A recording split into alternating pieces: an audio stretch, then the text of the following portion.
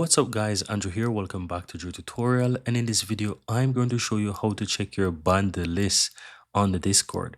Now I'm going to show you as well how you can ban someone and also where you'll find the ban list afterwards. So let's just take that. I'm going to go to the server settings here and go to, for example, members, right? And I'll just find somebody or pick someone and click on those three that's on the right hand side and click on ban.